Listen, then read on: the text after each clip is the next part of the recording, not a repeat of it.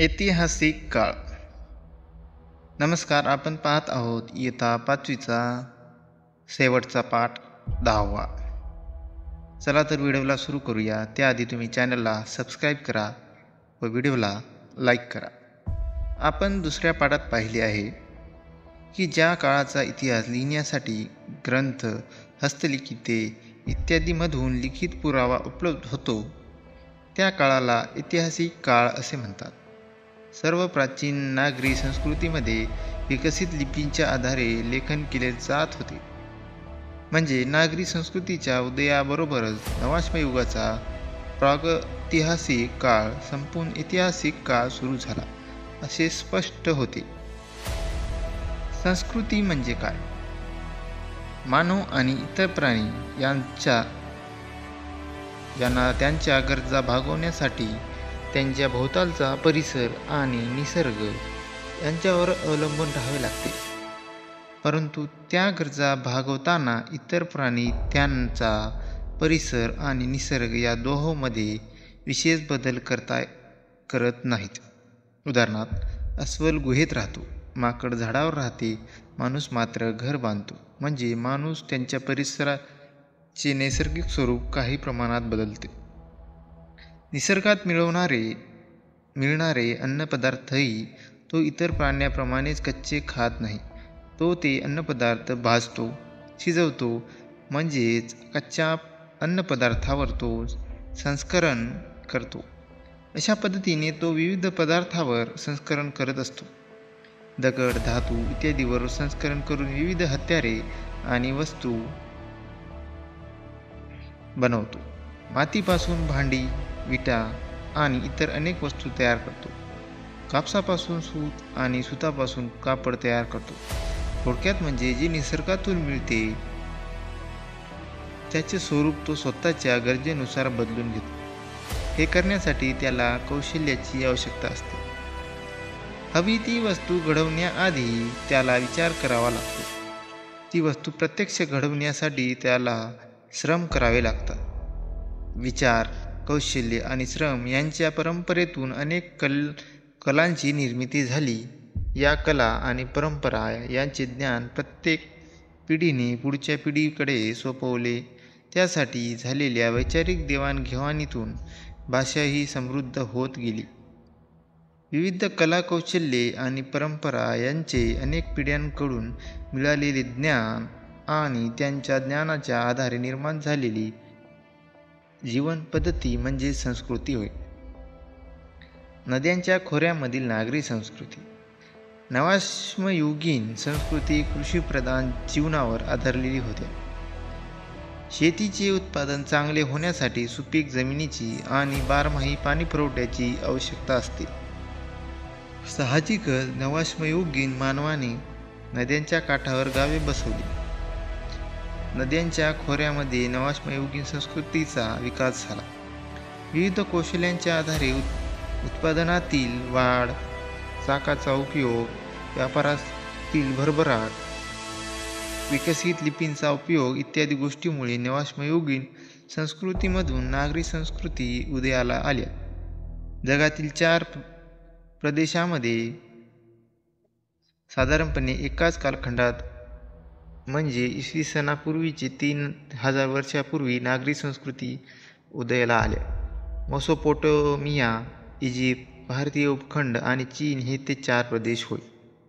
नद्यांच्या काठांनी विकसित झाल्या म्हणून या प्रदेशातील प्राचीन नागरी संस्कृत्या नद्यांच्या खोऱ्यामधील नागरी संस्कृती असे म्हणतात. विविध संस्कृती. मेसोपोटेमिया, इजिप्त, चीन, हडप्पा. मेसोपोटेमिया हे एखाद्या देशाचे नाव नसून एका प्रदेशाचे नाव आहे. मेसोपोटेमिया याचा अर्थ 2 नद्यांच्या मधला प्रदेश म्हणजे दुआब. प्राचीन मेसोपोटेमिया म्हणजे टायग्रीस आणि युफ्रेटिस या 2 नद्यांमधील प्रदेश.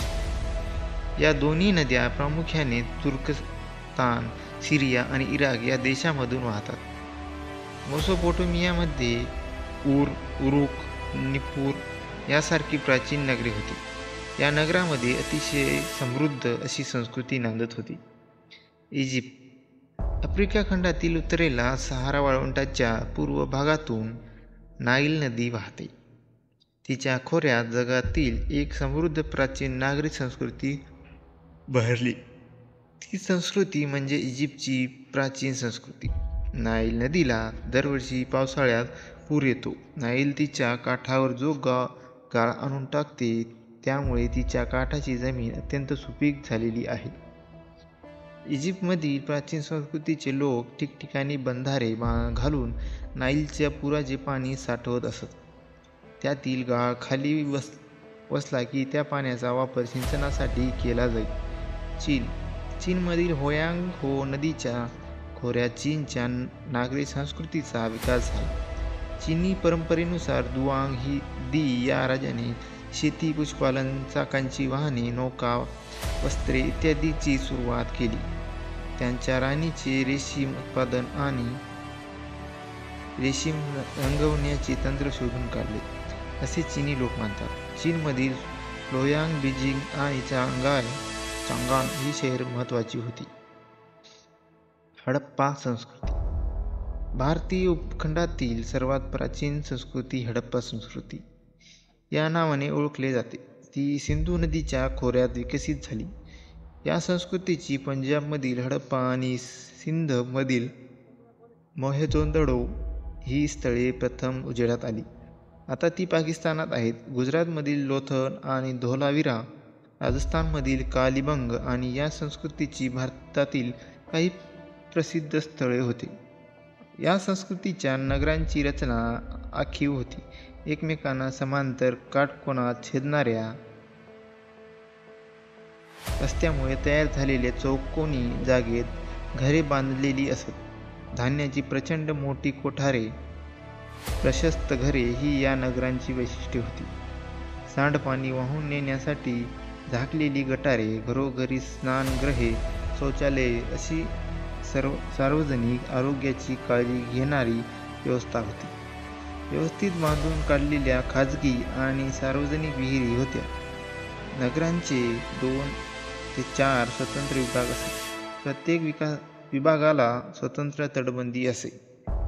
मातीची पक्की भाजलेली खणखणीत वाजणारी भांडी हे हडप्पा संस्कृतीचे वैशिष्ट्य होते.